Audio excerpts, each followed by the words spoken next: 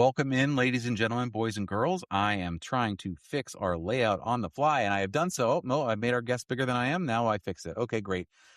Hi, everybody. It's RFK Refugees. I am John. This is not Ted, but you may know him. If you're watching, that's probably more easy to figure out that that's not Ted. But if you're listening, you're about to hear that it's not Ted. Gregory Roche from Pitch Pass. Greg, thanks for joining. I appreciate it. Yeah, I love the intro. I mean, that's good. That sets a nice vibe. I like that. I appreciate it. Is it generic music or is it? That is royalty free music that I've chose. Yeah, I spent about 30 minutes going through those samples, and well, that's nice. It feels like jazz, like soul kit vibes. It is what it. I think that might have been the title even. Yeah. For a while we were doing Thundercat, and then we kept getting flagged for copyright violations on YouTube. It's like, you know what? From a business sense, I think we should probably stop doing this. Got to do it. And we did. But I will tarry no longer. Ted is, I believe, now on some sort of vacation. He's seeing a concert either in New Jersey or North Carolina. We've got our wires crossed. I don't know. All I know is I was asked to do a solo show, and I said, I'm not doing that.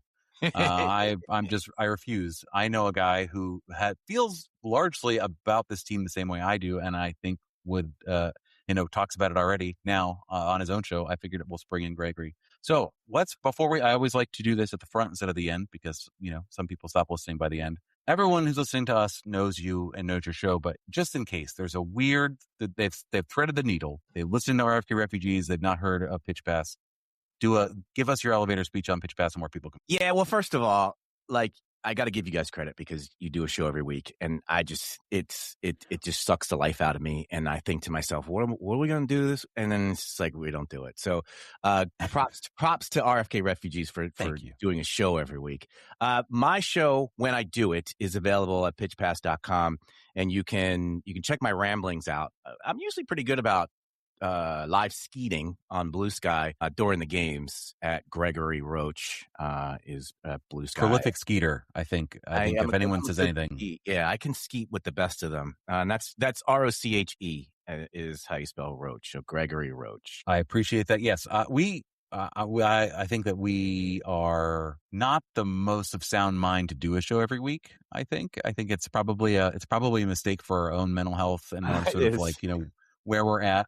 But we figured somebody has to do this. Yep. It's, someone's got to pick up the trash. Someone's got to make sure that the sewage moves through the system. Someone's got to talk about DC United every week. And that's what we do. So, on this show, we're basically just going to talk about, we saw certainly a soccer game. No one can dispute, that up in Chester, Pennsylvania, DC United played Philadelphia Union. There were shots. There were some, for one team, there was shots on goal. There were no goals, but we did see a road point, which I think is an accomplishment after the previous two games. And then we have the latest in the LinkedIn Chronicles that I think I can't help but address. And then we've got a whole bunch of listener questions. We're going to put the whole show on the regular feed this week. So Patreons, you're just subsidizing the good of everyone this week. So I appreciate that. Please keep doing that. So let's get into this game this weekend. We saw a little bit of a change in lineup. Well, I guess what we should talk about beforehand. In the Wednesday Open Cup game, which I discussed at length on someone else's podcast, I thought I was going on to do a 5-minute segment. I ended up doing an hour-and-a-half episode with no notice in a hotel room. I'm not going to do that. Gregory knows what's happened. Like this, no surprises here. What's happening?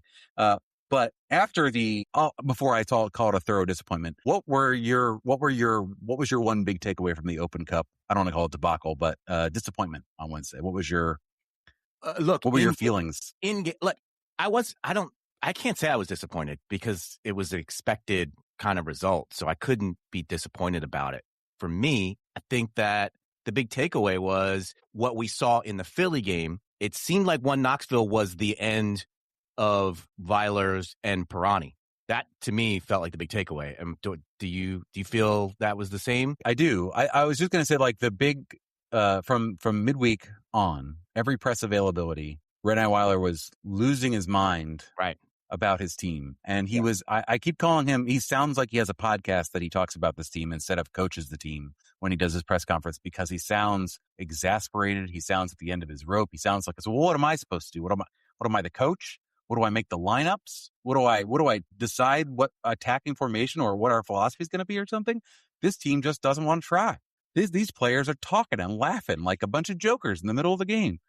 I think that is it's one of those things where you can play it once, you can play it twice. When you play it 3 or 4 times, right, the players tune you out. Right. The conversation around the temperature of your seat starts to happen and change around the league, which has already started to happen. But I was interested to see what was going to happen in Philly after Jackson Hopkins got called out by name, after 2 weeks ago, or maybe now more than 2 weeks ago. But the conversation was this whole team quit.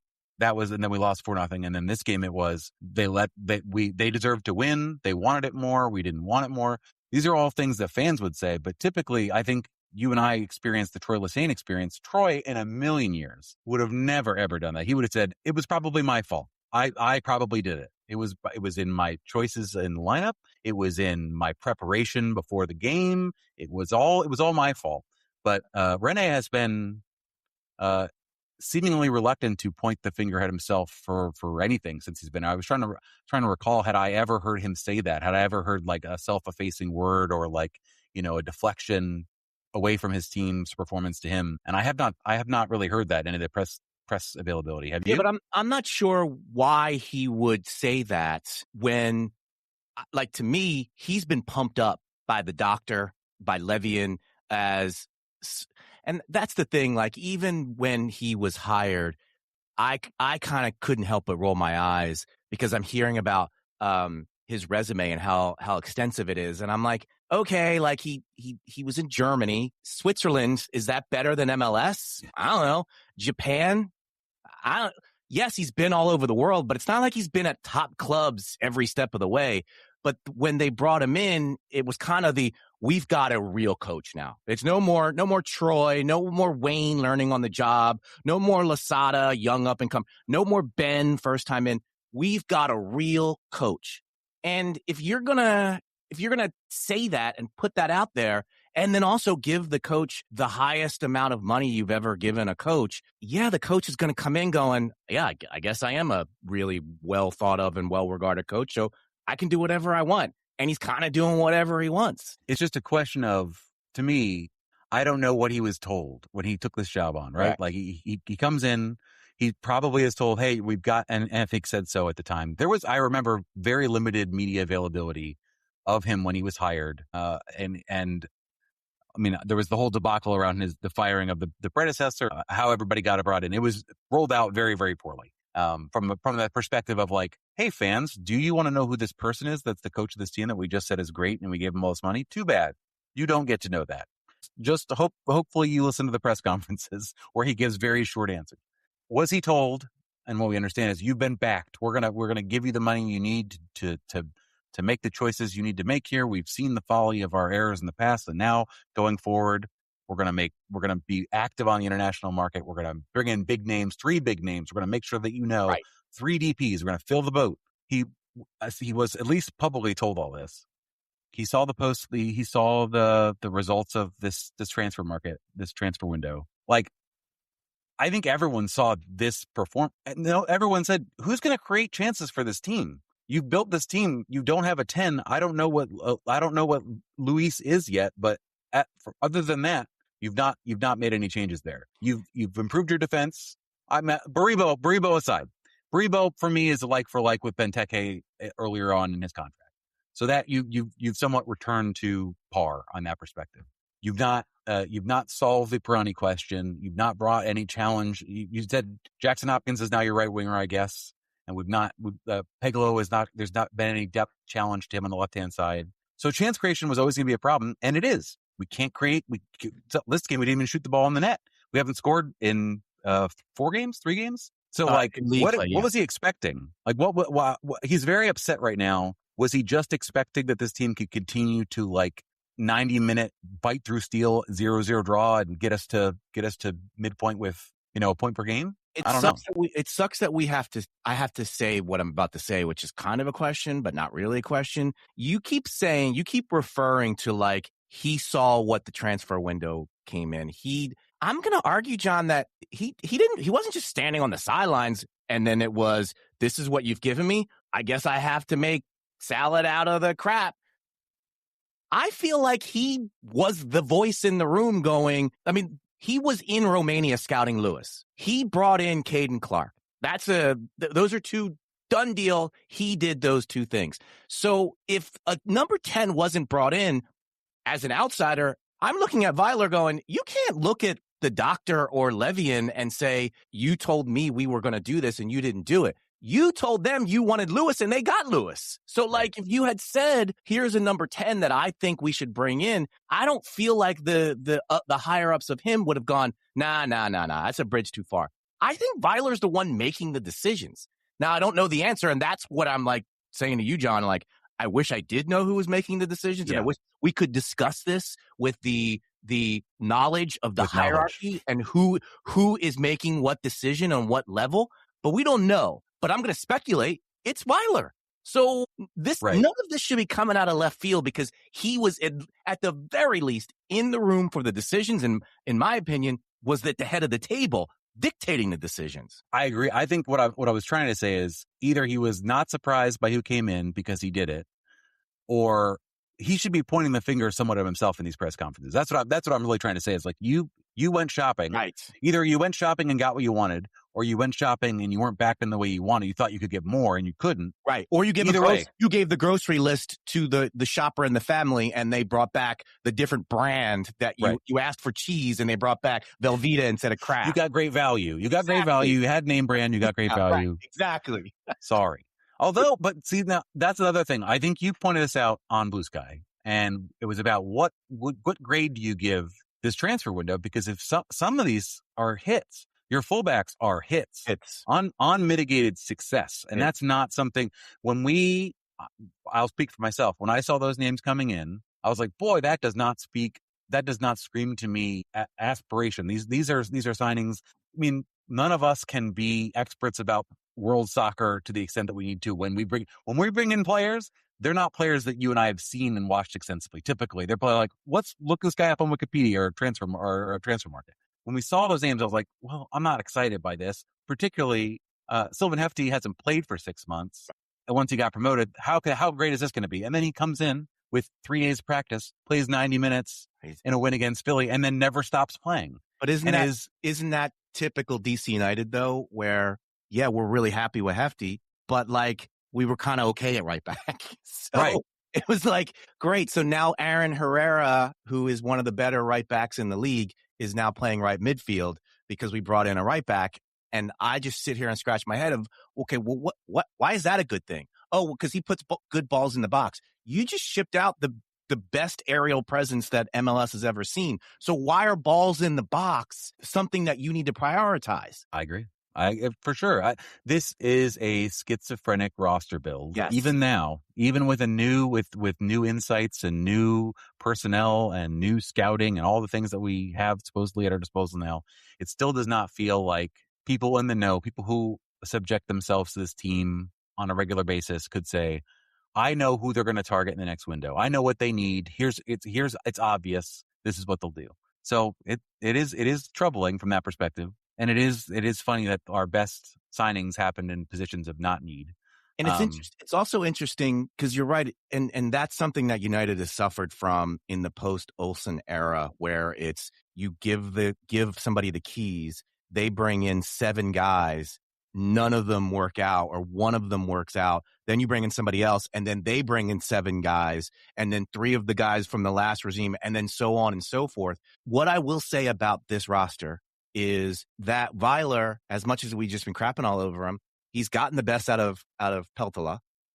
Yes. I talk about Brandon Cervania lovingly, but it's really just because to me, Brandon Cervania should be a guy coming off the bench and he'd be perfect for that. But because of what the talent deficit on this team, he's a starter.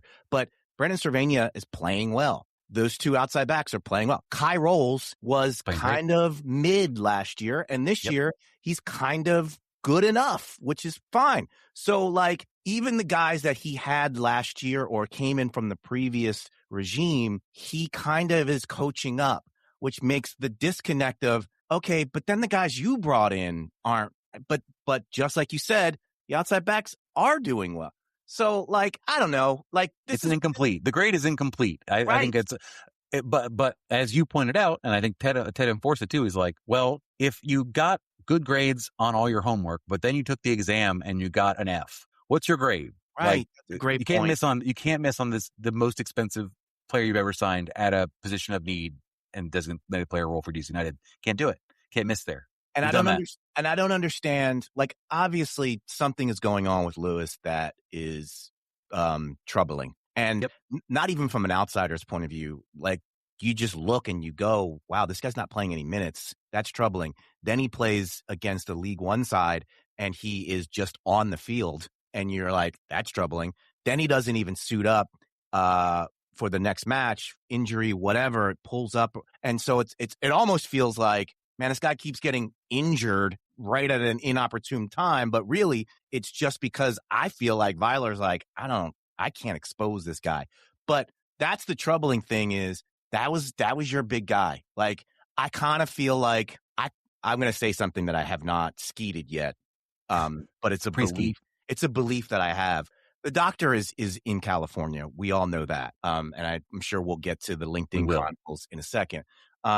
Dave Casper is still on the payroll.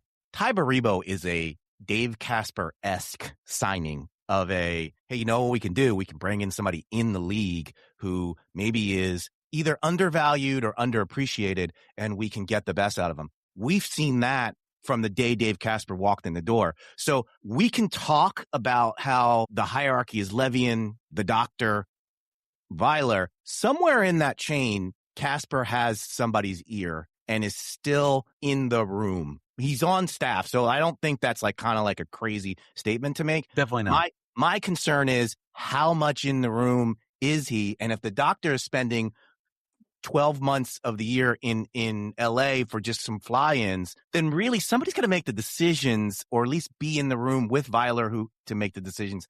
And I think it's Casper. And so that's kind of scary is that, number one, the guy that everybody wanted out, including Levian, is now kind of worked his way back in. But Caden Clark, Lewis were Weiler things. To me, I'm going to give credit to Baribo to somebody else, not Weiler. So then it's like, okay, you hit on your defensive guys. You brought out your number 6. You've made him into a really good player. You've brought the left center back. You made him into a really good player. Then the question becomes, seems like you got the defense. You got your pulse on what we need defensively, but you have no idea what we need going the other way. And that's kind of manifesting itself with, and this is the skeet that I did because Jason Anderson asked Weiler the question, and he kind of busted his balls about why wasn't Pirani playing. Well, did you see the last performance? Well, then you don't need to ask me the question, to which I skeeted. I also saw the last 10 performances before that, and you still had no problems trotting him out there. So you keep trotting out Pirani. You have Lewis, but you can't play him. You have no idea who your right midfielder is game to game to game. Let's also be honest. Peglo has been fine, but should Peglo be like, I'm definitely starting every single game and I will probably go 90 because I'm Peglo? No, but yet there he is every single time. And then you bring up, well, Jackson Hopkins is my right midfielder. No, he's my 8. No, he's my second striker. Jacob Merle has just regressed into a hole since, I don't know, the beginning of last season. My point in all of this, and sorry for rambling, it doesn't feel like he has any pulse on what we need to do going forward to make this club even halfway dangerous, especially when Baribo's not on the field. That was the criticism I thought it's really started to land on Weiler is that, okay, so you don't have the talent to play the way you want to play. All right. You've said that now 7 times. You've also not made any substantive changes to the players that you're putting out there, nor have you tried to coach up a younger player to be the type of player you're looking for, nor have you. You've just basically like threw your hands up and like, well, you know, you've seen this team. You see our number 10. Like, what do you want me to do? What do you want? Like, well, you could try when you've tried absolutely nothing. The best thing you can do is try something. That's always a certain route you could go. Putting Markovic in at a 6 was a good move. I think that's a good idea. He's played there as a sub. He's never started.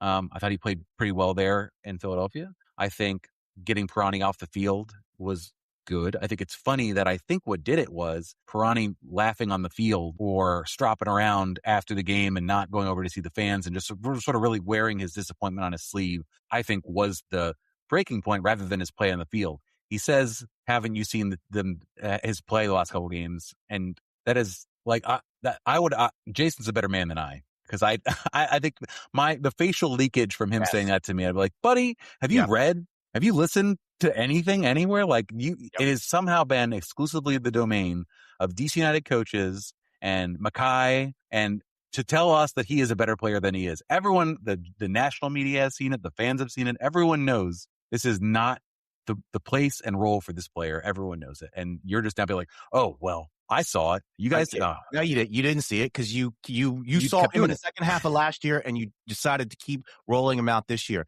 You bring up a good question or a good point about the Union game, and I feel like we should at least touch on the latest match a little bit. And Markovic was. I hesitate to say that he was excellent in the role, but I will say that he was excellent in the role because it felt to me, tell me if I'm wrong, the game plan was, Nico, you just run around and be athletic and be last resort defending. Destroy we got to. Right. And so, like, okay, that worked. I would argue when Kevin Silvan came on, they got a lot more dangerous, but also at the end of the day, Philly's two strikers are not good. And you still were hanging on by the skin of your teeth with Markovic running around doing yeoman's work, cleaning up messes, putting out last-minute fires, which to me isn't the job of the six. It feels like it's the job of the two center backs, but whatever. I don't see, because here's what we're going to see next week or this week. You're going to see the same kind of defensive block with the four defenders and Markovic in front of them again. Yeah. I don't know how that works against every other team or a team that he has even a halfway decent striker. Yeah. Philadelphia is its own. I was curious how they would roll in, having beaten one of the only other garbage teams in MLS. Coming into this, would this be the beginning of a takeoff? It is not. Clearly it is not. They are where they belong. We are where we belong. That was made evident.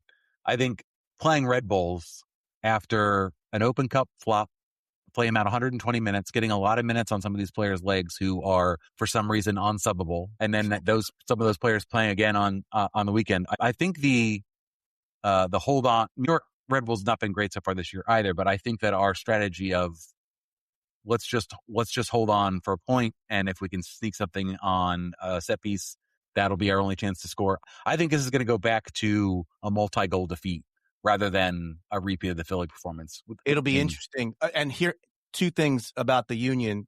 First of all, Bradley Cornell, shut your mouth.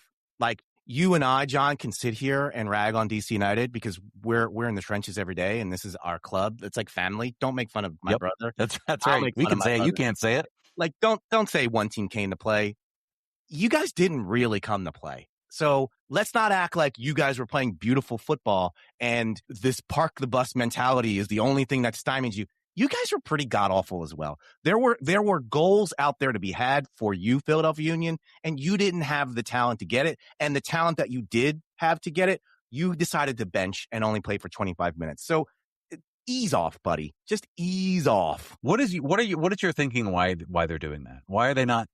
I was talking about this last week. You have this asset on your team from multiple. You have an asset from a public perspective, like right. These eyeballs. People are going to want to see him. B, he's gone soon. He's not here that much longer. Right. C, you can't score. Your two forwards can't do anything. Right. The best you've looked at any point in the season was in a Champions League for 60 minutes when he played. What is it? Are they protecting him? What's your read on why he's not playing? He should be playing. He should have played more than he did against us. I think he sits in his office going, man, I really think Kevin Sullivan's great, but Indiana Vasiliev brings a lot to the table. And Ben Bender is really underrated. And unfortunately for Kevin, those guys are hardened MLS veterans who play the same position as you, kid. So be patient. I'm going to see if I can get you minutes somewhere.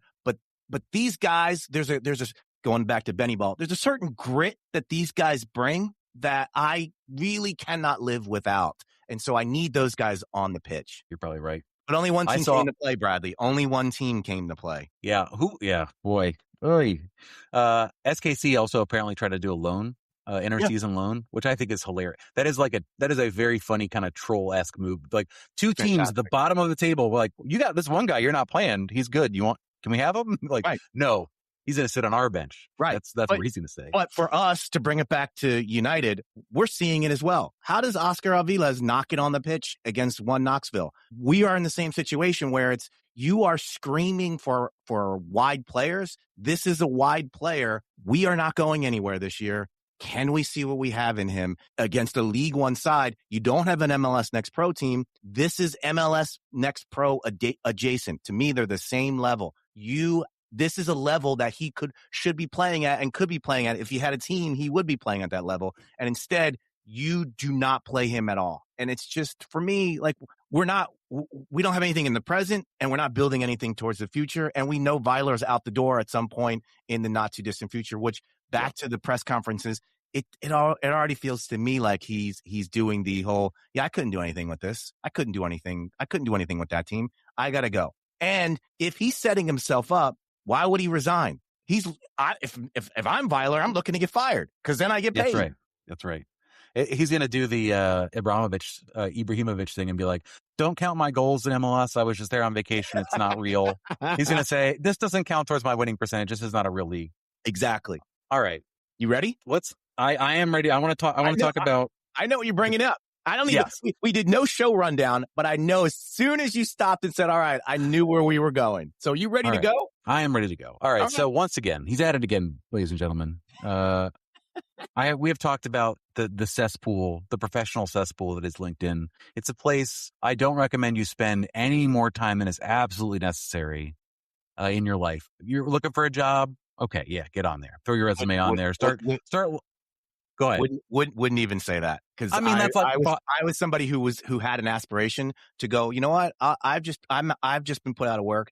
I will use LinkedIn and work my network. Nobody on LinkedIn wants that. They want to do what you're about to go into. They just want everybody to know that life is great and that their business acumen is on a level that we can't even comprehend. That's true. If there was a purpose, That was a purpose. That was the original intent, but it's turned into something else. It's turned into something much worse. And I think what we have, unfortunately, as a CSO of DC United is someone who has been fully infected by the brain virus that is hustle, grind set, LinkedIn posting. And we've talked about it since the beginning of the year. We talked about it when his post was about how he eats food with his hands, and that makes him a citizen of the world. He did have one very nice post about his mom that clearly was written by him and not AI. So I do kudos to you, man. You found your humanity and talking about your mom. So I appreciate that. But the latest post, dropped after the result in Philadelphia. And there's a couple problems. One, it was as empty and as vapid as all the other posts were basically just like, this isn't, by the way, we have a listener who has a fake Blue Sky account that, just like parodies all of his posts. I will share that so we can get more followers he's very good at it. Yes. But essentially saying, like, listen, it's not always about a result. Sometimes it's about, how you respond and effort is 100% of the journey of the shots you don't take. There's a statement about, it's not about the 3 stars. You don't get these 3 stars on your badge, for nothing, basically. And we're like, hold on a second. Let me just refer to both the jersey that I might be wearing and as visible anywhere, but also my recollection of history. I don't think he's got the number right there. I think he is confused. I think he doesn't know how many championships the team won, or I think he's looking at the DC flag, or he didn't write it at all. Maybe he just had ChatGPT or Claude take a rip at this. And what the result was is a post that got made fun of by everyone very quickly. I know that we have Douglas. Everyone knows Dougie was posting in response, has gotten blocked, had all of his comments deleted. He didn't. Nope, this is a positive vibe zone. We are not taking any negativity up here in this LinkedIn. Don't come to me with any information or facts. I am only looking for the businesses that I own's LinkedIn pages to respond to my posts and say, good job, doctor. 5 emojis, thumbs up, fire, 100%. There's not a lot to say other than, do you feel as bad about this as I do? And the fact that now it appears that what was our own personal shame has become a little bit of a national joke. How does that? Where do you land on this whole situation? That sums it up. And if you, the Soccer Wise crew got into it today, and Doyle, check that out for sure.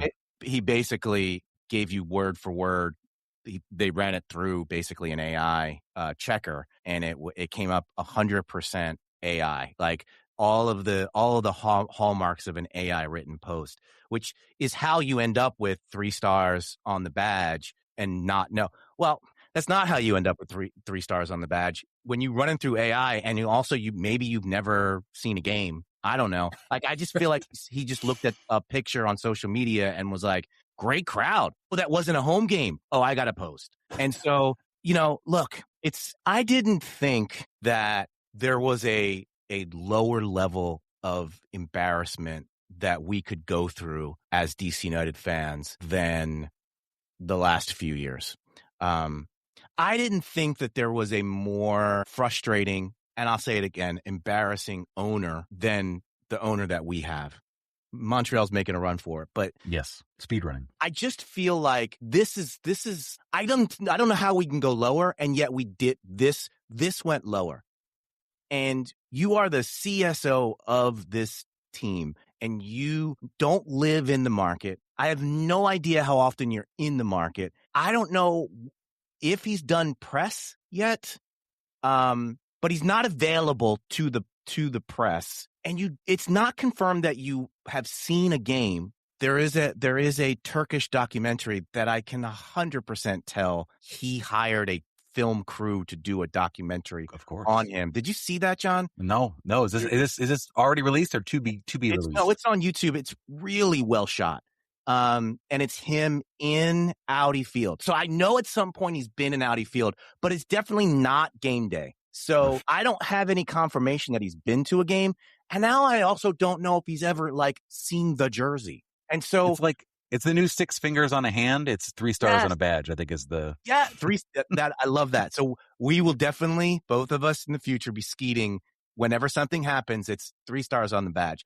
I just don't understand. I just can't get my head around that we can go lower than we were. And yet here we are going lower. So now I think to myself, we can't go lower. But I can't say that. I can't, because I don't know. I think we're really hurting our chances to get on Dolly DC. I think that's something we got to think about here. We should probably be very careful about how we talk about this. I think we might be shooting ourselves in the future foot.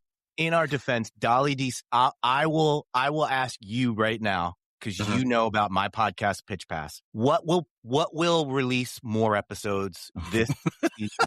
Pitch Pass or Dolly DC? Well, I saw today they changed. I don't know if you remember last year's. What was their video package? United behind the badge? No, that was many incarnations ago. Whatever it was, I said this looks really good. I look forward to them forgetting about it by midsummer. I think they did 8 episodes. And it was funny because they launched that the week after. They were on a 3-game losing streak. And I'm like, yes. Why are you launching it now? They held as long as they could. I remember they had a whole bunch of stuff they shot preseason with the interviews in an Audi driving around. Yes, yeah, they kept releasing. And then at the end, they just dumped them all. They're like, shit, no one's watching. Brennan Cervania, what is your favorite vegetable? Answer this question inside of this Audi Q5. As we drive around the stadium in a loop, just in a circle. Because we're paying Birnbaum to do something. Let's have him drive the current players around, because we can go right through underneath the easement. So we don't even have to really leave the actual stadium, because it's so wide because of the way we had to build it. So yeah, that's what they did. So yes, a question for the crowd: what will release more episodes? Dolly DC or Pitch Pass? I'm going to leave that respond to wherever you see this, leave a comment and let us know what you think it is. I know that they have changed up the hosts this week. I haven't listened to it yet. I will be honest, I've not listened to all of the episodes all the way through. I'm glad the team is doing something. It's great. But I do know they've already changed up the host, so I don't know if that's a good sign or a bad sign for the number of podcasts or episodes they're going to do. I think maybe a bad sign. I know the host, so I'm not going. Is it new host? Not the new host. Channel 5 guy? No. Well, did Little Bacon Bear host a couple episodes? He was on it. I'm not saying Little Bacon Bear's a girl, John. She was on it. So, was she the first guest? Or like, I feel like she hosted 2 episodes or something. I don't know. I'm just showing my whole. And I'll make my comment about Lil Bacon Bear because I like the new host, and I think the new host is a pro. Like he's a pro host, stadium entertainer. So this is nothing against him. You are bringing people in who have no idea what soccer is to host a show about a team that you literally should be holding the listener's hand through the process. Because even if I do know soccer, even if I do know Messi, there is a 0% chance that the level of host that you're bringing in, which is a appeal to masses host, that's not who you're talking to. And if you are considering you talking to the masses, then you need to treat them as if they don't know anything about the club, because guaranteed they don't know anything about the club. So to bring in somebody who is a good host but doesn't know anything about soccer, let alone DC United, I don't know what you're going for. Because only hardcores are going to be listening to it, and in the first 10 minutes they're going to go, "This person doesn't watch DC United." They said the United right away, or whatever the tells are. The MLS, right. Tradition. Like you start saying the words that they give you on here are the notes. You know, right. We are the most storied franchise. Okay, click. It's tough. I don't envy the team trying to figure out which way to go with that, because to your point, you have scared away. You've scared away almost everyone. Like you scared away a lot of people. Right. I think the avenue, you could go 2 ways. You can go, all right, well, we've done such damage to our brand in this market. We have lost all of the free media that we had before in all of the channels in the areas that we had. So we're going to have to it's true. We need to go to the masses. Hold on, John. You are forgetting one thing. They have not lost all the free media. Fox 5 shut up. No. rerun every match the next day at 11 or 12 p.m. That's true. And so when I saw on Instagram them telling us that we need to watch DC United versus Philadelphia Union Sunday nights at 11 o'clock on Fox 5, I could not laugh hard enough. Because so I didn't want to watch it live. And also, I did watch it live. I wouldn't be telling people, you know what would be a great advertisement for our product? Watch this 0-0 match where we got 0 shots on goal and did not threaten the goal once.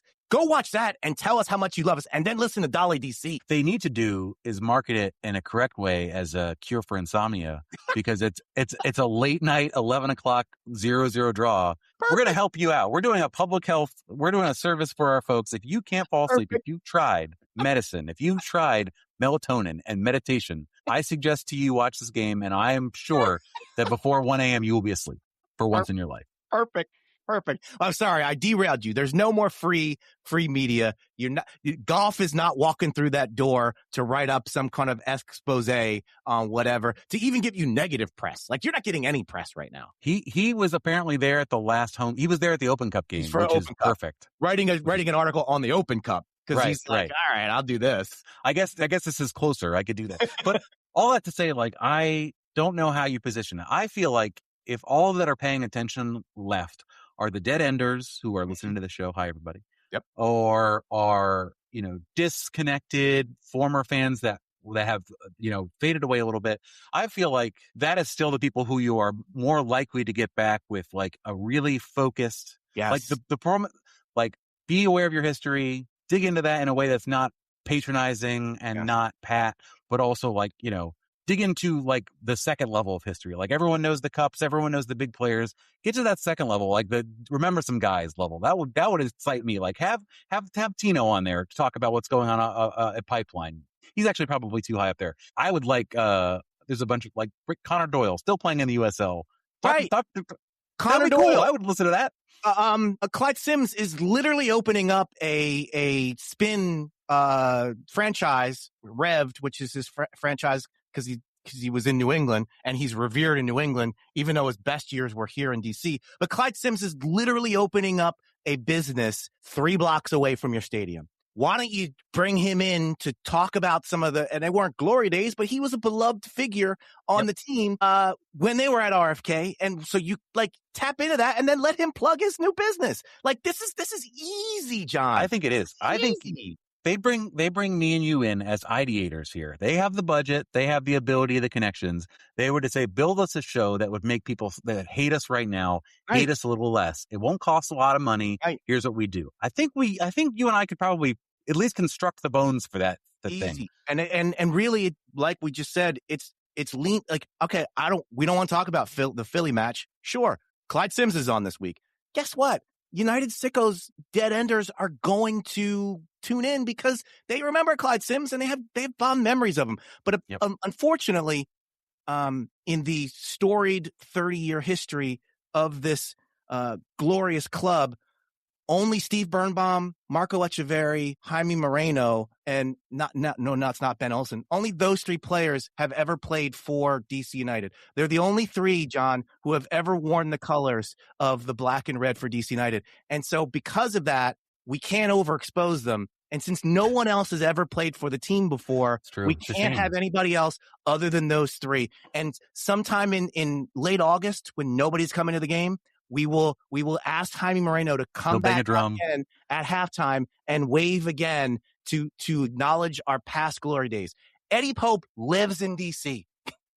He lives in DC. I'm sorry, he used to. He moved to Carolina now because I think he's doing something with Carolina Core. The Core, right? The team we were supposed to be a USL partners with at some point. Jason Levian told us, I'm about to announce our partnership with an MLS Next Pro team, and it makes sense because it will be with Eddie Pope, who I guess we don't have a partnership with, and also never played for DC United because we can never have him in the building to get some cheap pop so that we can have applause at some point during an Audi Field game. And by the way, you touched on it. It drives me crazy every time. What is the time that you're most likely to have empty seats? Halftime in the stadium.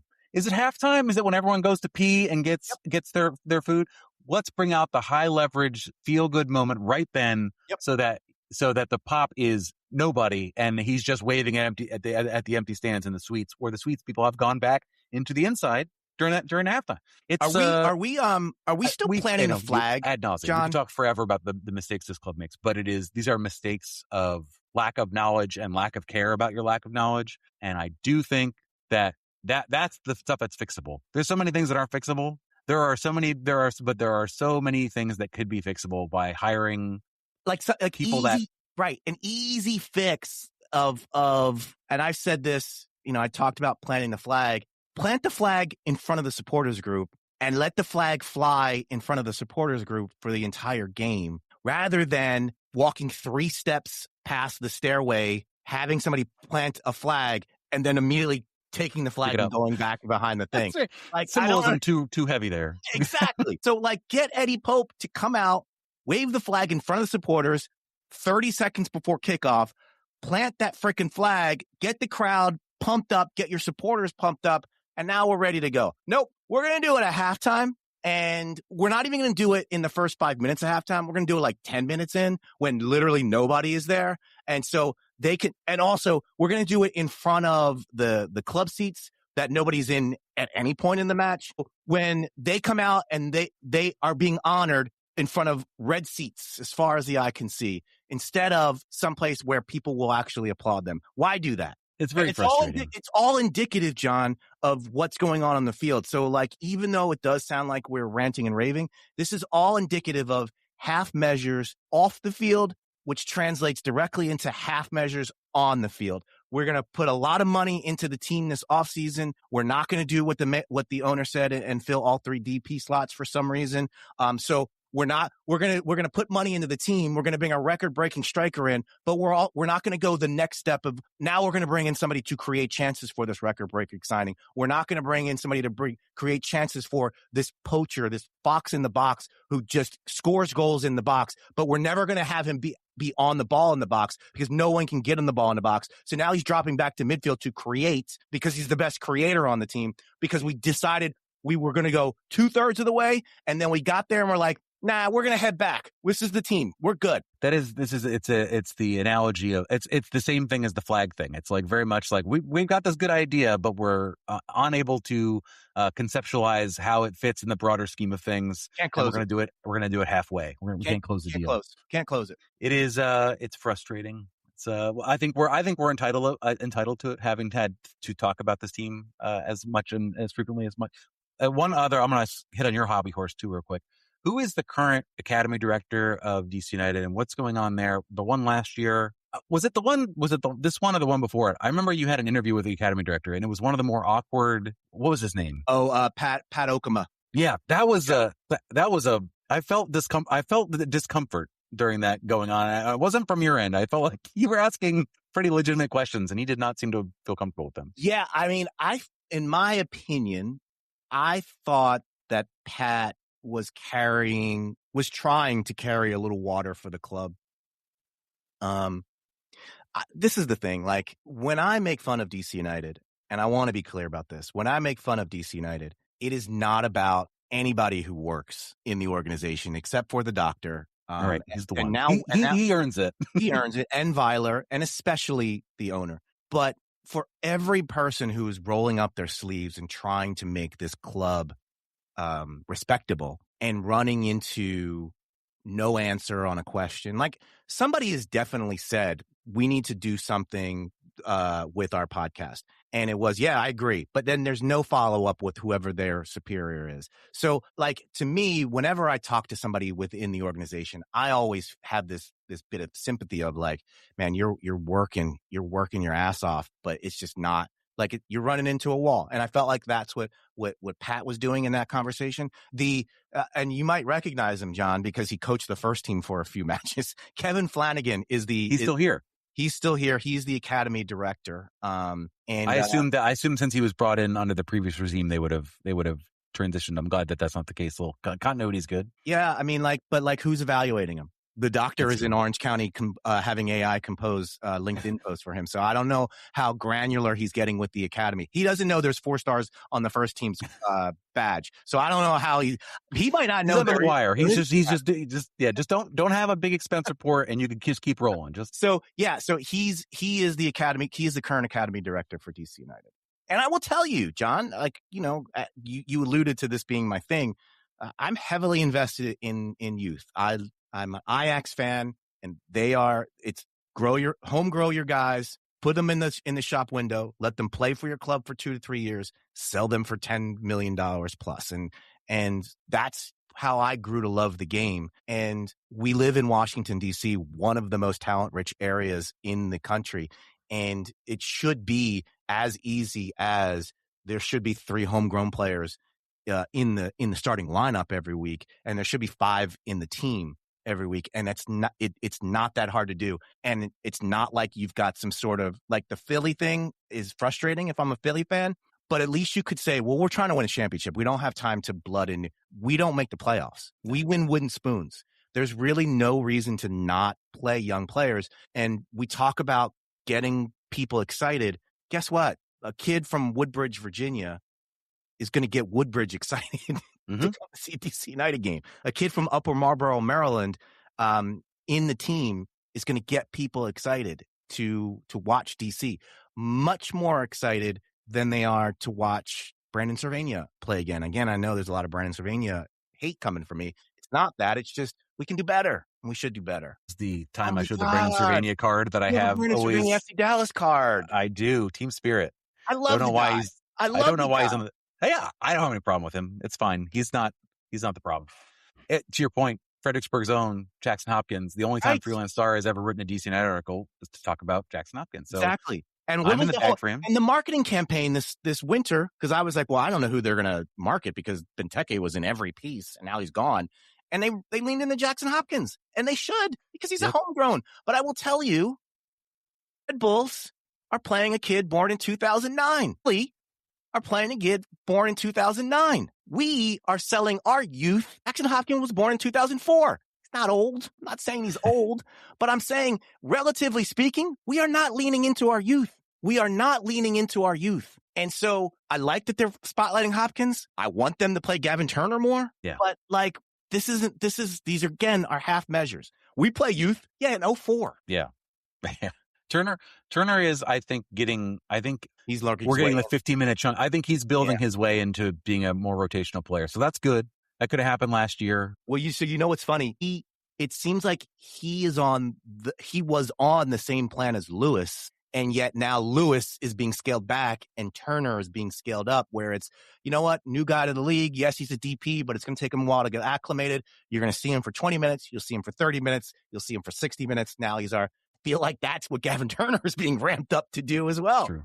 Because you know what? He's lively. He's lively. You made a good point. We're going back to Lewis for 1 second, because I just thought that I had always viewed Weiler's reticence to play him and his qualifiers in the preseason and the early season. Like, listen, he's going to need a lot of time. You got to have patience with him. Blah blah blah blah blah blah.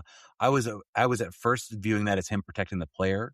Right. But now, after you sort of spotlight, like, he went to Romania, he was the one that, I think he's protecting himself. I think he's watching training, and he's watching these 15-minute cameos, and he's watching the 60 minutes against One Knoxville, and he's like, I may have made a mistake. and if he doesn't play, it's less obvious. So we're going to give Gavin Turner more minutes. I think that's my new thesis on. I like Gavin Turner. Look, I want Lewis to work out. And there is always a ramp up time for a player in the league. This is me making excuses because I'm also very nervous, and it's scary because, like, I'm glad you circled back to Lewis, because I don't know how much longer we're going to be talking about him. Yeah. And say more. What do you think the next 6 weeks hold for him? I mean, can you see a scenario where post World Cup, homesick, just couldn't get acclimated to the American lifestyle, either travel was hard. And so, we thought it was best for him to go and whatever. And I don't know what the whatever is, because I can guarantee you he's not going to make the money that he's making here back in the Romanian league.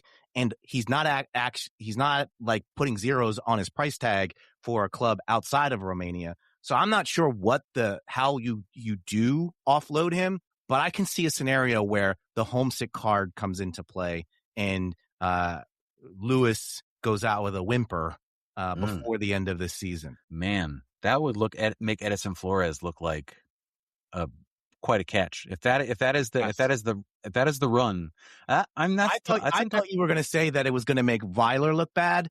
But that my immediate thought was, I don't think Weiler's going to be here when Lewis goes out. Listen, the 2-year circle has been something that's been on my mind since he signed, and it's trending that direction already. It's getting late early on that front. Can I ask you about Orlando before we get out of here? Yeah, please. We have that, and we got a bunch of questions to run through real fast. Okay, so the Orlando thing, it's going to be interesting because Orlando has attacking qualities. They can't defend. DC United can defend. Bizarro. We're the yin yang. We should combine teams. So I'm wondering, it's going to be very interesting, and I don't say this about DC United matches very often, but it's going to be very interesting. Two crappy teams that their strength goes against strength and their weakness goes against weakness. Who will prevail in this battle of titans between not the Orlando viewer? and Typically, I think is the answer. Well, we could see a 5-5 something. Like, we could see something crazy because Baribo can score. Like, he doesn't need a lot of. And I feel like Orlando's attackers can also score. Do you think Baribo's getting? Do you think he thinks he made the right decision? I mean, he looks at his bank account and he does. But do you think I have thought about that, and I think right now he thinks he made the right decision. Bank account 1. And team built around him, number 2. Team wasn't built around him in Philly. He was thought of as a product of the system. So, I think he feels good because he's respected, and he's obviously getting paid as such. So I think Baribo's fine now. Yeah, I think, circle back in a year or two. Correct. I think you're right. Correct. You're right. Okay, so what do you got? We've got a lot of good questions here from the Patreon. So Steve Jordan said, some of these are going to be circling back to where we were, but I want to make sure we air these out. Steve says, what are your thoughts on who deserves more time on the field given DC United's exit from the Open Cup tournament, followed by a 0-0 draw versus Philly, another basement dweller? Has it been enough of the lackluster showings with the current set of starters for fans to expect to see some more adventurous lineup changes? And is that a recipe that you think will help build for better success? Gavin Turner, I think we sort of talked about that. I think there is when you get the same result, the only option is, there's no one coming in the door for another window. So there's not like there's 5 players that are rehabbing that are going to come on and change things. So You got who you got. You know the players well. I think Gavin Turner will begin to get more minutes. I think Luis is probably going to head into 3 to 6 weeks of witness protection, rehabbing his whatever is this discomfort. I think is what they said. He left. He was feeling something, so they held him out. I think Markovic is going to get more time, either in center back or in the midfield. Who do you think is there another player that needs to get more time? Maybe Caden Clark. I was just gonna say you gotta find out what you have in Caden Clark, and it's not gonna be in 30-minute bursts at the end of games. And yeah, to me that's the thing. And when you first started reading his question, my first reaction was, yeah, it's not like there's somebody on the bench that is like waiting to be unleashed. Jared Stroud needs more time. You must get Jared Stroud in the field. Exactly. And so, and that's, that really became apparent to me during the One Knoxville match, because Gavin Turner is that guy where I'm like, at least he's going to come out here and like run around and try to create and do some stuff. Mm-hmm. But he started. So it was like, hey, we're chasing a goal, and Jared Stroud and Brandon Cervania are who you're bringing off the bench. That's not a slight about Brandon Cervania, but like, we need a goal. We don't need D mids and guys who had one good season now going on 3 years ago. That's why the Oscar Aviles thing really bothered me, because it was like, Jared Stroud or Oscar Aviles, you're putting them in at the same position. Why are you choosing him over the kid? Why are you doing that? So, but I wouldn't even say Oscar now moving forward, because I wouldn't want him in an MLS match, a league match at this point, because he is so young. That's why that was the time, and they didn't do it. So yeah, more Gavin, more Nikola, more Caden. And I don't know how high you are on Caden. I'm mid on Caden, but I'm also like, he's not young. I mean, he's not old. And you saw him play in one match and bought him. Why is it that he can't be the locked in starter? Again, you saw Caden Clark, you immediately bought him. You saw Lewis and you immediately bought him, and you don't want to play these two guys. That makes me nervous as a Renée Weiler observer. So yeah, there's not much on the bench, but those are the guys that I'd like to see, those three. Caden Clark, I wish for like a small sicko fee of like $19.99 a year, fans that are like us could watch training from like the all 22 cam, because I suspect that Caden Clark trains like a dog. To have the career that he has had and move through the clubs that he has had, I feel like, because when you see him play on the field, he looks immediately competent. He looks immediately fine for the level. He doesn't typically show up, head and shoulders above the competition, but he looks like he belongs out there. Correct. So I don't know why I defer in some ways to like, well, we can't see this thing, so obviously there must be logic happening behind this closed curtain. That's what we want to believe. We want to believe it. So I wish if I could get that dispelled, if I could watch it. I'm not, we're not professional coaches. We can't tell for sure. But if we look at it like, it looks like how he plays. So I don't know has he insulted you in some other way? Is he laughing too much at training? What's the deal? Aiden K says, not familiar with Philly's lineup nowadays and wasn't watching closely. Was this closer to a full strength squad than what way they've tried, what they've had this season? Or was this just a flat performance offensively against a subpar team? Well, ask Philly's coach, and he'll tell you. They came to play. They're the only ones. The only ones who did. They were the only ones. This is a full strength lineup. Which is hard, I think, for people who weren't following the dissolution of their roster in the offseason and Kai Wagner going away. They're like, wait, what? I thought this team was really good. What happened? Right. And what happened was they sold a lot of their guys and didn't replace them, and aren't going to the academy to backfill. And the guys, like, those are their first choice strikers. Ilovsky is their first. He should be a striker, but he's their first choice midfielder. We talked about Vasiliev. He is who Bradley Carnell starts, for better or for worse, over Gavin Sullivan. Their outside backs were like, this was, I don't want to say like this was the strongest lineup they could ever put out, but this was a first choice lineup for sure. Yep. Yeah, and that's what you saw. I don't think it was. I think they are a mess. I think the Eastern Conference has such a collection of dumpster fires that's so unusual for me to see, but it is the case. Yep. Stephen Cladd says, after Renée's post-match interview where he openly bashed Pirani's current form, do you think he ever sees the field again this season? Again, yes, he'll see the field again, probably, at some point. Furthermore, he seems okay. So I'm sorry. Go ahead. Furthermore, he seems to openly mention new signings to come in during the upcoming transfer window. Does this give you some hope? Also, for a bit of fun, what's the most unhinged LinkedIn post by Dr. Sogat made this week? I feel like this has legs to be a weekly segment. We've hit that for sure. I think this could be a weekly segment. No, and that one is the most unhinged. An AI written thing, not knowing how many championships the club that you are in charge of has. That's the one. I think that. Do you think Pirani is on the team sheet against Orlando in the 18? Yeah, definitely doesn't start. But do you think it was message given? You don't even get on the bus to Philly. So now, I think he wants to see a good hard week of training. I think he wants to see that the message did not bounce off his head and bounce away, and now he doesn't care. I think he wants to see him fight for an opportunity. If he sees that, he'll get a substitute appearance to prove that he is here. He knows what he wants him to do, and he's going to do it. If he doesn't have a good week in training, then he probably will be off the 18, and Oscar Avalos takes his spot and also doesn't play any minutes. That's how I think it goes. What do you think? Can I say one thing for Pirani? I just saw it on Instagram today. He does have a 4-month-old. And if you've ever had a 4-month-old, it's very disruptive.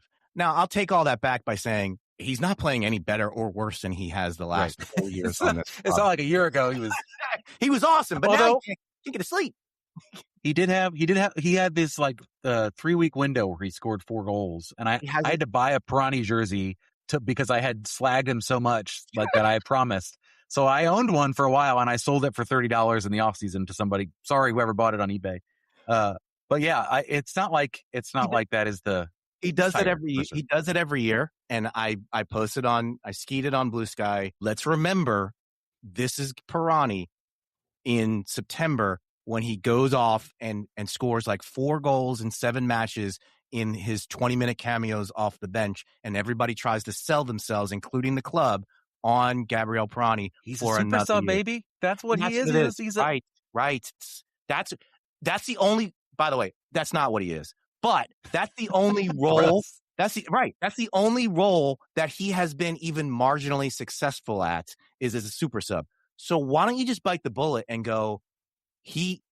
20 minutes, need a goal. Pirani, be a super sub. Trust you to do it. Yeah, do what you can do. I don't trust him to do it. I mean, you got to give him something. You got to give him something as a young player. You can't be like, listen, your career is over. You are now a 20-minute player, and I don't trust you. Good luck. Go do it. You got to be like, hey, this is your avenue. This is your way. You're going to get a transfer. This is you. Maybe we'll accept the 3rd offer from Malmo for you because we couldn't do the first 2. They weren't high enough. But this is what's going to get it for the 3rd offer. So yes. That's so you say he makes the game day roster for. I do. I think he's got. I think unless this is actually a really great window into Weiler. I think, but like he has now made it very clear how his feelings are, and unless he is just a jerk, you usually say these things to elicit a response because he is still your player, and you are stuck with, and your job is to make the best of your assets, not. Send them into Siberia. Like this is in Chelsea. You're not sending him to the bomb squad. There's no other place to send him to practice. He's on your team. That's not going to change. You got to see if you can get anything out of him. I agree with everything you said, but I will also ask, has Weiler done anything to make you think that he isn't a jerk who would just do it because he doesn't really care? That's possible. I mean, that's what I'm saying. We'll know after this. We won't know because we didn't see training, but we can have a suspicion. And here's the other thing too, as I know you want to move on to the next one. This is where I want to see a goal from Pirani is against a crappy Orlando defense with you coming off the bench. You're going to get probably the 70th minute. You're going to come on against a bad defense who is now tired. Double bad. If you can't goal, assist, chance create in that 20-minute window, we got a big problem. Can you imagine the celebration he's going to do in front of Weiler if he scores that goal? I can't. Must see TV. Yeah, that's what it is. I'm there for it. That'll be. You were asking if it's going to be a good watch. That is the way in which it will be a good watch. 100%. Unless the doctor flies in and does like a TikTok dance on the sideline after they score. That's he's like going into different channels. He's like, I've done LinkedIn. I need to grow my following on TikTok. Matthew says, can either of you remember a season being done and dusted this early before? The season's not done and dusted, it's Matthew. Not. We are in a playoff spot. If the playoffs started today, DC United would be in it. The season is not done and dusted. Not even close. Not even close.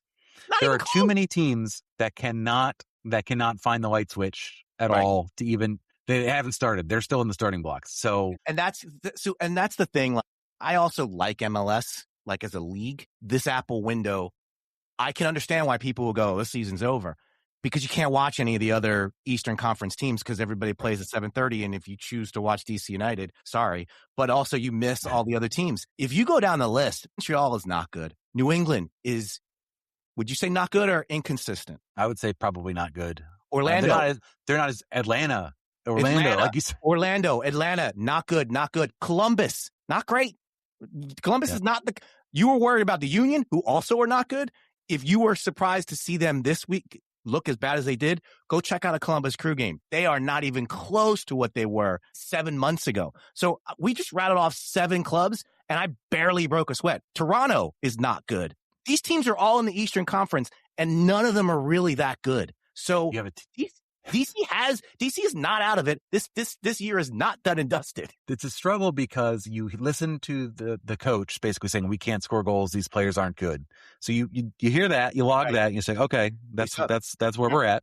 But we just talked about how bad all these other teams are. Yep. The Eastern Conference is a joke. Yep. MLS is long. Parity is real. We have another window here. Yep. We are able to be in this position without being able to score any goals. Yep. So that there is something to that. Now it depends.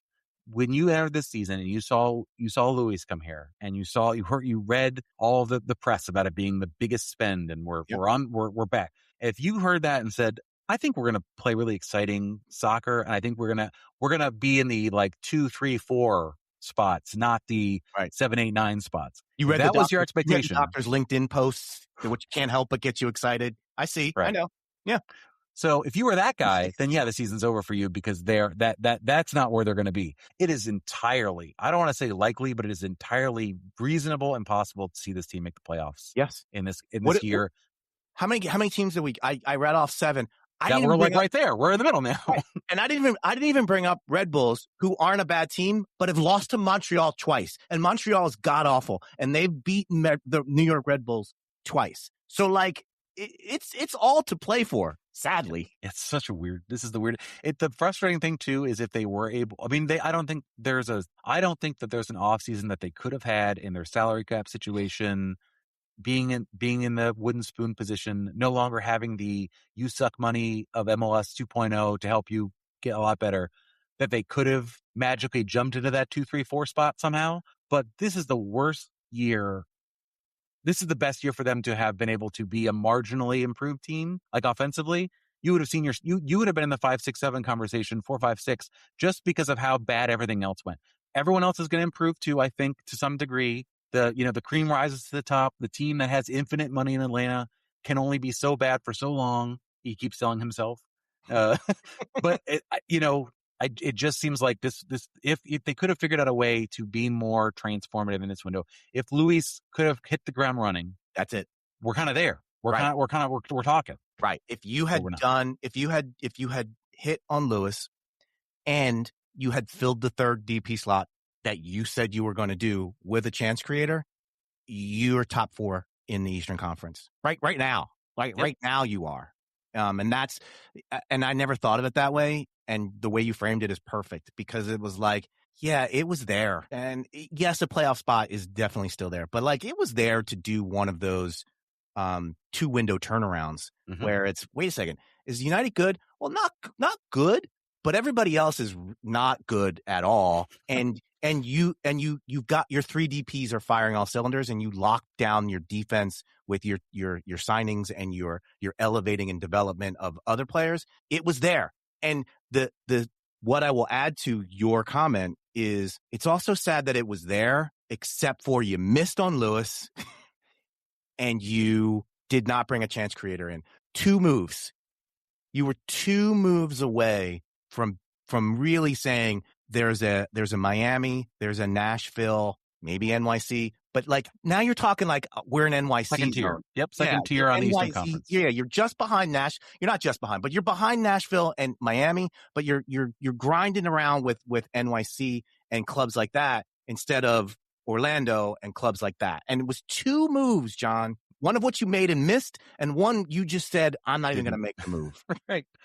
I will say this for a bit of optimism here. Stranger things have happened than a player who came in and looked lost than to find himself at some point in the season. It is possible. He could go home, or stranger things could happen. And if he does, if he's able to be a either a chance creator or a second source of scoring besides Baribo, and this Eastern Conference is bad, it stays as bad as it is, it's there. The defense is for barring the FC Dallas collapse. Right. It is there. It is defense to be built upon. The defense works. And the other thing, if you're hanging on a dream for Lewis, you've got a nice big break for World Cup where everything can be reset. He can get reps in and assimilate even more into the United structure, acclimate to the country. Mm-hmm. It's not like usually you got to learn on the fly. He's not going to have to learn on the fly, because when June hits, he's going to have 5 weeks where he can go, okay, let me get my S together here. If you're hanging on something for Lewis, that's something that you can think about. I don't think it's going to happen before then. I don't see him making the league pre-World Cup break, because it just looks like he's out of sorts, and Weiler doesn't trust him, and the team doesn't know how to play with him. Brandon says, do you take any issue with Renée calling out certain players in interviews? Seems to go both ways. He gave Hopkins praise after playing a better match. I think that's a good point about Hopkins. Can we call Luis a disappointment if his absences have been injury-based? Bad luck, but hardly fair to call him a bust after 8 games. I'll take the first one. You can take the second one. Okay. I do think it is good that Jackson Hopkins got praise after being pretty kind of out of the blue called out, and because it's not something he had done before, and it wasn't the real problem of the match. But all of a sudden, calling Jackson Hopkins like a not serious player and not that was weird. It was weird. It was like, what the? All right, okay. The fact that he turned it around and had a good performance and got praise, even though the praise was given at the same time as like, well, unlike Pirani, Jackson Hopkins, which I think was funny. It's the greatest way to give a compliment is to put somebody else down while you're doing it. I think that is good. I think that's why I'm optimistic that if Pirani can find a way to contribute in some fashion, which we think is a limited cameo role at the end in a targeted situation rather than being asked to carry the load from the start, if he's able to do that, I can see Weiler coming out and being like, I put a lot of pressure on this player, and fairness. He did what I asked him to do, and here we have a goal, we have a result, and I want to see that every week out of him going forward. That's possible. I feel like it'd be possible. Yeah, and I agree with that, and I'll take it one step further. So he called out Pirani. He also called out Hopkins on the bounce back, and he pulled Gavin Turner at halftime of the One Knoxville game, and he went out of his way to say Gavin Turner was doing a good job. I just pulled them at halftime. So it's not like he's just all crap on. I think, if he sees the effort or he sees something he likes, he goes both ways. So I don't think it's just this guy just craps on everybody, which should even point out further how much he didn't like what's going on with Pirani. Didn't we hear today on SoccerWise that there's scuttlebutt inside the locker room? Everybody hates him, which is funny because I'll say this too.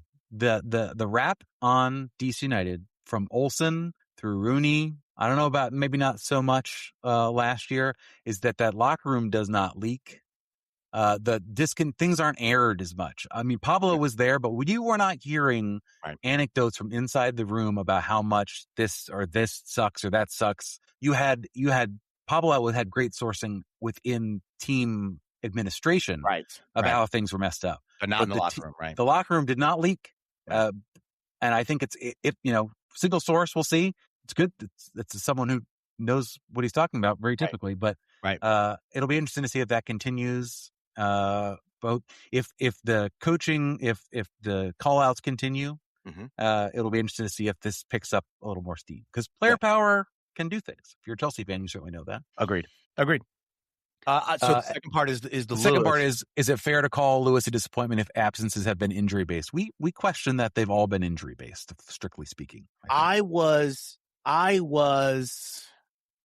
in the corner of Lewis and in the corner of how Weiler was handling him because it did feel like he was slow playing him and then he got injured, and I gave that all the benefit of the doubt and said yeah, okay, that tracks. Kind of like to what the question is. Okay, new to the league, bleeding him in slowly. You got Baribo, so you don't need him to hit the ground running, so you can kind of work him in. And it was building, like it was 15 minutes. It was not playing. It was 15 minutes. It was like 25 minutes in the Inter Miami game. By the way, he wasn't bad in the Inter Miami game. Nope.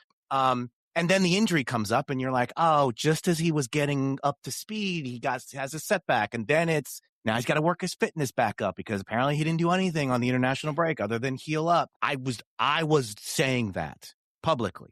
That One Knoxville game scares the crap out of me. It scares the crap out of me. You are a $7 million signing. You are a Romanian international. And I don't care what you think about Romania as an international country. You're playing UEFA international games that matter, Nations League, Euros, whatever, qualifiers. He looked like a guy just on the field against the League One team. That scares the crap out of me because it should be like, and this is horrible to do, but like when Wayne Rooney played, you knew, oh, that's the cut above everybody else. And I'm not saying he needs to be Wayne Rooney, but you kind of got to be Wayne Rooney light against a USL League One team. And he was a player on the field. I would say you could contrast that Open Cup performance against another European import of DC United's lore, Montenegrin international Branko Boskovic. You're going to go Branko Boskovic. Go ahead. I believe had a hat trick in one Open Cup game. Right. And he may have been smoking darts at halftime, like leaning up against the goalpost. Probably was at the Maryland Soccerplex. He probably him and Salihi just those are the good. Those are the good you know days. What? But when Boskovic was injured a lot of the time, but when Boskovic was healthy in MLS games, you saw quality instantly. And that's to your point. And to your point too, like it wasn't necessarily about how he fit into the club. It wasn't necessarily about was he the right. It was like individually technical talent. You could immediately tell, like, yeah. Well, that's why he was at PSG. He's got that something special. Exactly. And that's a great point. He doesn't need to be scoring goals, and I'm not asking him to take over games, but it's like bringing a ball down from the air. Oh, you know what? That's a level above. Oh, he saw a pass that nobody else in the field is seeing, and it was just a simple connection, but he saw it and he connected it on the right foot so the player could turn upfield. That's what I'm saying. I didn't expect him to go out and score 7 goals. That's not what I'm saying. So thank you for letting me clarify that. I wanted to go, there is a Romanian international $7 million signing, and that's what you see with that. And it felt to me, tell me if I'm wrong, John, it felt to me that in the first 15 minutes of the game, One Knoxville as a whole was like, crap, these guys are like MLS players and we're League One players, and this is going to be an ass whipping. And after 15 minutes, they all went collectively as a team, okay, this is just a soccer game against guys that I probably am just as good at, Lewis included. And I felt like by the time they pulled Lewis off, I feel like the center backs were like, no, keep him on. Keep him on. Yeah. They were looking at that roster and be like, some of these guys, if but for some small turns of fate, could be teammates with me or be playing with me down here. Right. I said it in Blue Sky because everybody was like, got to give One Knoxville credit. They're a much better team. That was Ted, the USL apologist. That was him on the my response to Ted, because I think it was, I reskeeted from your account, the RFK Refugees account, and I said, okay, so One Knoxville is a League One team that's probably championship quality, which is great because DC United is an MLS team that's probably championship quality. So really, it's not. That's why when people were going crazy about cup set, I'm like, is it? Right. It was two teams that are not far apart in the level, playing each other, and one team won in PKs. But for the single entity structure, it would very likely that they would be playing inside the same league within a year or two. Correct. Most likely. But Lewis makes 15 times what the entire roster does combined. And that's why, to answer the question in a long roundabout way, that's what makes me nervous, not how he's being brought into the side. Yeah. We'll do these in rapid fire here. Yeah, Timothy Park says, thinking that Pirani can still contribute as a farce. Timothy, if you have been watching this team for 4 years, there is a thing. It's called the Pirani Summer. the Pirani Fall. Pirani Fall, yeah, something, yeah. He will do a thing where it will get very annoying because I will be talking bad about him for 4 months, and then he'll do this thing, and everyone will be like, "See, you're wrong. See how good of a player he is. He just needs more opportunities." So he'll be doing some of that. That will come. It comes every year. Like there will be a game where he top bins left foot and top bins right foot in the same game, and you'll go, "What? Who's this guy?" Perkin Warbeck says, "Are we made to suffer, or did we seek it out?" That's more of a philosophical question. I think it's the former, but it's tough to say.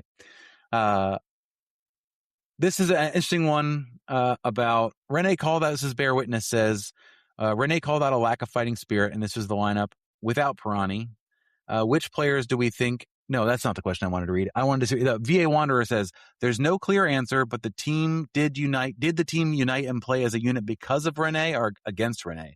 I don't think this was like a major league situation where there was like a cardboard cutout that they were throwing darts at in the locker room after the game. I think maybe. What do you think? I kind of don't think either. Look, this isn't even Lewis and even Baribo. The guys on this team can't afford to just quit on a coach or a team. Kai Rolls, Lucas Bartlett can't go, "You know what? I'm quitting. And then you're going to put me on a good team where I belong." None of the guys on this team have a lot of outs. So I don't think I don't think Weiler factors into whether or not they play hard or not. I think that they're playing to make sure that they continue to be professional soccer players. Bartlett, in fact, according to rumor, tried that in the offseason, was like, unsettled agent talking to other teams. They're like, "Shut up, dude. You're under contract. We just gave you a raise. Be quiet. Just keep working."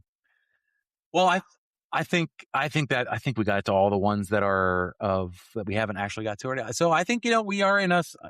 I enjoyed having you on. I think we are in a similar headspace about the things that ail this team, the things that could be better, and also to I would say it's cautious. It's not cautious optimism, but it's realism about how bad and weird MLS is this year, that it warrants staying somewhat engaged with the team this year because things are possible. Things are possible, not through our own steam necessarily, but because of the environment. Where certainly don't give up, don't go away. The summer window theoretically should bring some excitement, one hopes, maybe. If for nothing else, I think for nothing else, I have complained about this team being bad and boring when they're bad. I think that there are some weird tense drama that has been created because of the weird CSO we have, because of our Swiss coach that is venting his spleen in a public way that no other manager has ever done before. Our ADHD manager, or our the owner who thinks that 12,000 people will come to Baltimore to watch an MLS Next Pro team play. Yeah. Thank you, Maryland legislature, for A, not passing the bill that I had in front of you. That was real nice of you. But B, more importantly, not giving DC United money out of the budget. I think that's also important to talk about. But yeah. You said it. It'd be easy to quit on this team, but I will. And again, I have nothing against the players, and I have nothing against the people who work in the staff. So, I still want to root for the players to do well, and it would be easy to go, "We suck again," and then punt. Thinking Pirani can contribute is a farce. You are right, but this season, and should be the takeaway from our hour and a half of conversation, this season is not done and dusted. This team is in a playoff spot as we speak. This team is playing a team that is below them on the table this week. This is not a team that is out of it or playing us through the cycle. There is all to play for. And if you are a fan of soccer, or if you have a team that you support, that's what you want, is to have a team where there is something to play for. And it doesn't feel like it because it feels like everything is going wrong, but there is still a lot to play for. It would not shock me if DC had a home game in the playoffs. Yeah. Because that is still on the table. So that's my takeaway. And it's crazy to think about it, but it's true. You may not like it, but this is peak male performance. This is peak Eastern Conference performance. This is we're in it, baby. This is still happening, whether or not you think it should be or not. It is. Gregory, I appreciate you joining. Like you said, 90 minutes of group therapy. This is great stuff. Remind everybody again, when you don't know when the next one will come out, but where do they find the next one when you've got when you've hit by the podcast button? The podcast is called Pitch Pass. It's available wherever you get your podcasts, including this one, and pitchpass.com if you just want to go right to a link to get it. And then obviously I referenced my Blue Sky a number of times. The post I've made, that is Gregory Roche, Roche. So that's where. And if you don't find him there, you'll find both Gregory and I on Dolly DC sometime this season talking about exactly what we talked about today on this episode on that show. Thank you, everybody. You will see us back. Ted will be back next week, Monday, normal show, 8:30. Thank you for joining us, and we'll see you then. Vamos.